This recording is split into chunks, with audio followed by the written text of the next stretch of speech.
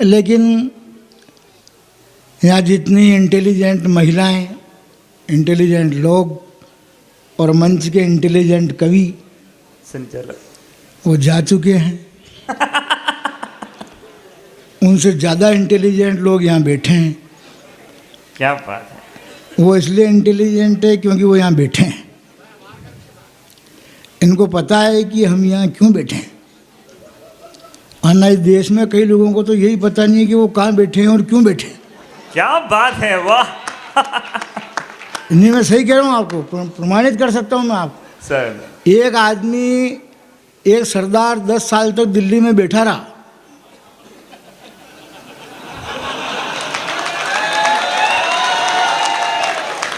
उसको 10 साल तक ये पता नहीं चला कि मैं यहाँ क्यों बैठा हूँ। वो तो 11वें साल में सुप्रीम कोर्ट से कोयला घोटाले की फाइल गई, सरदार जी पधारो। सरदार जी को तब पता चला कि मुझे यहाँ इसलिए बिठा रखा था। तो संकट तो कभी भी कहीं भी पैदा हो जाते हैं। आज की रात यहाँ कोई संकट पैदा हुआ नहीं। बच्चियाँ बहुत पैदा हो गई है और होनी भी चाहिए, अच्छी बात है, लेकिन अभी तक हुई नहीं है, केवल कविता में हुई है। वास्तविकता में अभी तक हुई नहीं है। मैं करने की कोशिश करूँगा, क्योंकि मैं ये काम करता हूँ। मैं वही काम करता हूँ जो कोई नहीं करता है। हमारे इंटेलिजेंट कभी यहाँ से चले गए, उनको भी पता नहीं है कि इंटेलिजेंट होता कौन है। इंटेलिजेंट वो होता है जिसके पास दिमाग होता है, और जो दिमाग लगाता है वो इंटेलिजेंट होता है। जो दिमाग ही नहीं लगाता वो कहेगा इंटेलिजेंट। मैं दिमाग लगाता हूँ, इसलिए मैं इंटेलिजेंट हूँ। सर मैं दिमाग लगा के जानकारियाँ खोज के लाता हूँ। आपके मध्य प्रदेश में, राजस्थान में, छत्तीसगढ़ में चुनाव हुए, सरकारें चली गई। भाजपा को आज तक पता नहीं चला कि वो क्यों हार गई। कांग्रेस को आज तक पता नहीं चला कि वो जीत क्यों गई। सही कह रहा हूँ। अरे वाह। दोनों पार्टी के मूर्खों को अभी तक पता नहीं चला कि वो जीत क्यों गए और वो हार क्यों गए।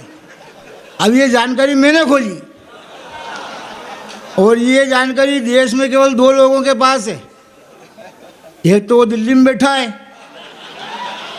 एक यहाँ खड़ा है।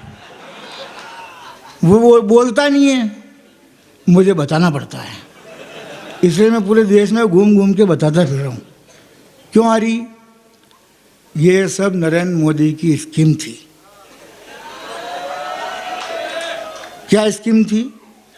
ये स्कीम थी कि चुनाव हार जाओ ताकि लोगों को मशीनों पे विश्वास हो जाए।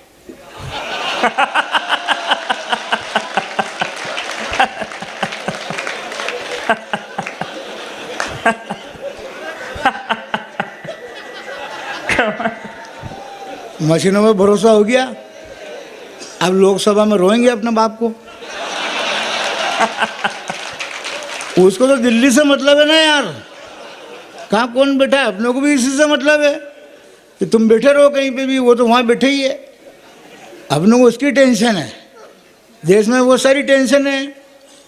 धारा 370 हट गई, धारा 370 हट गई।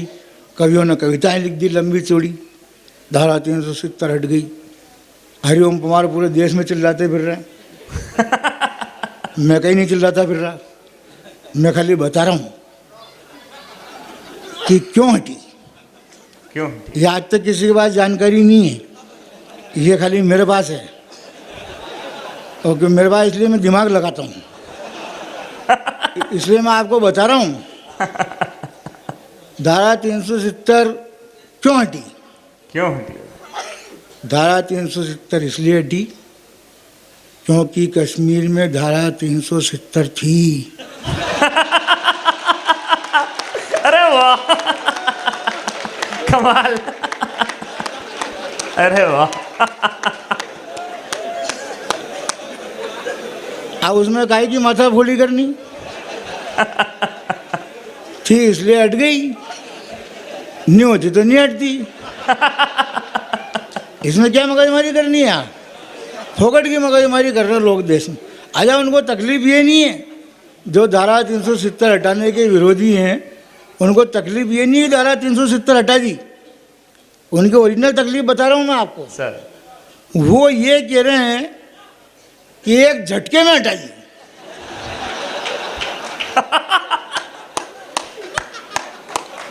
कमाल। एक झटके में हटा दी, एक झटके में हटा दी। अब ये हलाली वाले लोग हैं।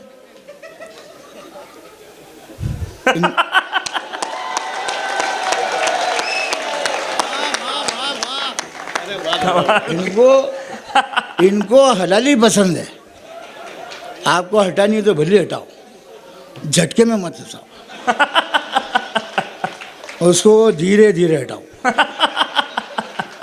तो उनकी तकलीफ कहाँ फंसी पड़ी है और अपन तकलीफ कहाँ खोजते फिर रहे हैं। इस देश में लोगों को पता ही नहीं चल रहा है अभी तक। हमारे देश में समस्या तो कहाँ फंसी पड़ी है भाई साहब कि अपन नारे ही गलत दे देते हैं। नारे देने क्या चाहिए और दे क्या देते हैं। अब इस देश में मध्य प्रदेश से लगा के देश में पूरे देश में नारा चल रहा है। बेटियों पे यहाँ बहुत सारी कविताएं हुई, पूरे देश में नारा चल रहा है, बेटी बचाओ, बेटी पढ़ाओ, बेटी बढ़ाओ, बेटी बचाओ, बेटी बढ़ाओ, बेटी पढ़ाओ। अब इन मूर्खों को ये पता नहीं है बेटी बचेगी कब, जब पैदा होगी। पैदा होगी तो बचेगी, अब पैदा तो हो ही नहीं रही। वो कह रहे हैं बोले बचाओ, इसलिए अभियान चलाना है तो ढंग का चलाओ। बेटी बचाओ नहीं, बेटी पैदा करो, अभियान चलाओ। ये अभियान ढंग के चलाने पड़ते हैं तब उसके परिणाम ढंग के आते हैं भाई साहब। और मैं पूरे देश में घूम घूम के कहता फिर रहा हूँ, मैंने अपने घर में 2 बेटियां पैदा कर रखी है, और कहीं करनी हो तो आप मुझे बताइए। नहीं, सही कह रहा हूँ, नहीं इसमें कोई टेंशन वाली बात थोड़ी है। मैं उन परिवारों में जाऊँगा, हाथ जोड़ के निवेदन करूँगा कि मैंने अपने परिवार में बेटियां पैदा कर रखी है, आप भी अपने परिवार में बेटी पैदा करो, उसमें काहे की टेंशन है। ये सीधा सा काम है।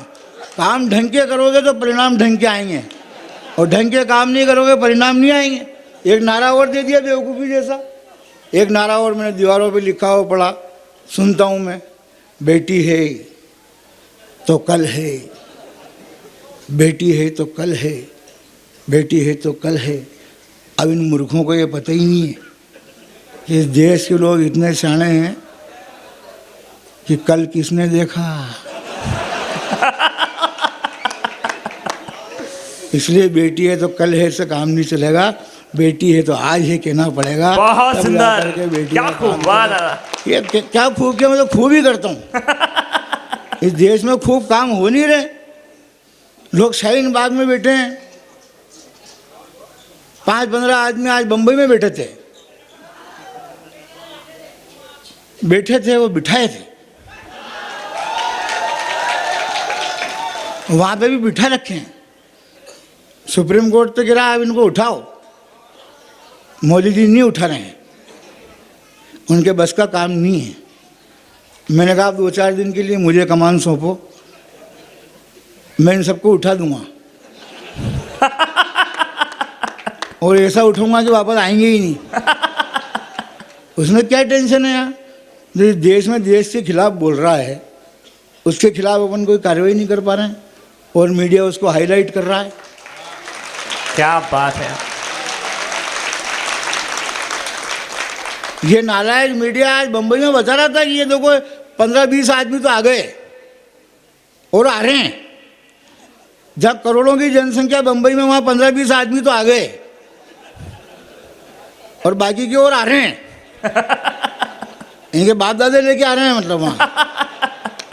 ये इस देश में पता नहीं क्या चल रहा है। जो इस देश के लिए बोलता है मुकेश, हमारे बीच में मुकेश मोलवा बैठा है, बहुत बढ़िया देश का ओजस्वी स्वर है, ओज की बड़ी बड़ी कविताएं पढ़ता है। मैं ओज की बड़ी बड़ी कविताएं नहीं पढ़ता, मैं हास्य की भी नहीं पढ़ता क्योंकि मैं लिखता ही नहीं हूँ। मैं तो वही पढ़ता हूँ जो मेरे दिमाग में आता है, और फोकट की माथा बोली मैं करता नहीं। ये हमारे बीच में आएंगे मुकेश मोलवा जी, इनकी एक बहुत सुप्रसिद्ध कविता है। कौन सी है? है